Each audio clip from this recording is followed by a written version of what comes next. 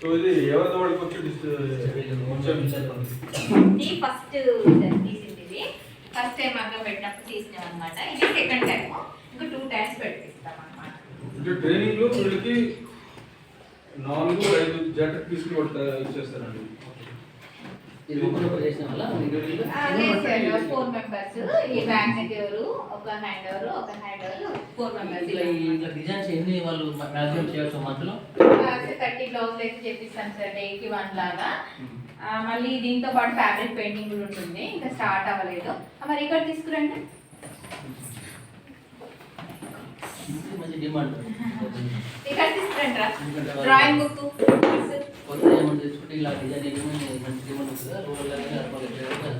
ఇప్పుడు దీని మీద ఒక చిన్న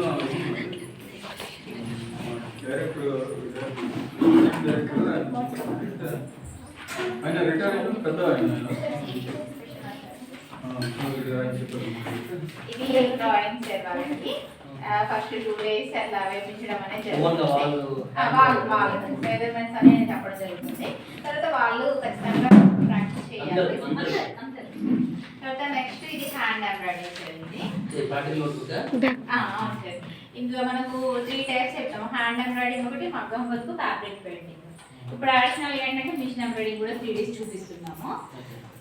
ఇవన్నీ అంటే కావాల్సిన వస్తువులు ఎలా ఉండాలి అనేది మొత్తం బేసిస్ ఉన్నాయి సార్. అయితే నేను ఏపీ బైరెడ్ లో ట్రైన్ అయ్యాను సార్, గవర్నమెంట్ రాజేంద్రనగర్లో. అది ఇప్పుడు కాదు సార్, 2010లో అక్కడ దాంట్లో కూడా ఫ్యాకల్టీగా చేస్తాను. ఏంటంటే ఈమె మా ఆర్సిటీలోనే ఫస్ట్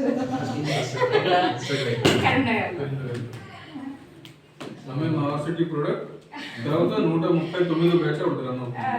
15 మంది నా దగ్గర నేర్చుకున్న మళ్ళీ 15 మంది స్టూడెంట్స్ ని టీచర్స్ చేశారు.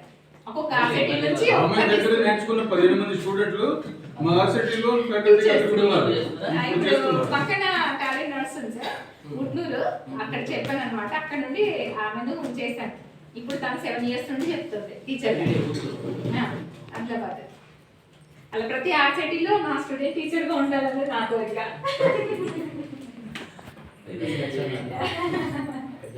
అంటే కాదు సార్, ఇప్పుడు నేను అన్ని చోట్ల వెళ్తుంటాను. అన్ని చోట్ల నేను వెళ్ళి చేయాలంటే కష్టం కదా సార్. ఒకే టైంలో బ్యాచ్ పోస్ట్ పోన్ చేసుకున్న రోజులు కూడా ఉన్నాయి నేను వచ్చినప్పుడు, అంటే 13 years బ్యాక్. కాకపోతే అలాంటి వాళ్ళని ఒక కనీసం 10 మంది ట్రైన్ చేద్దాం అనుకున్నాను.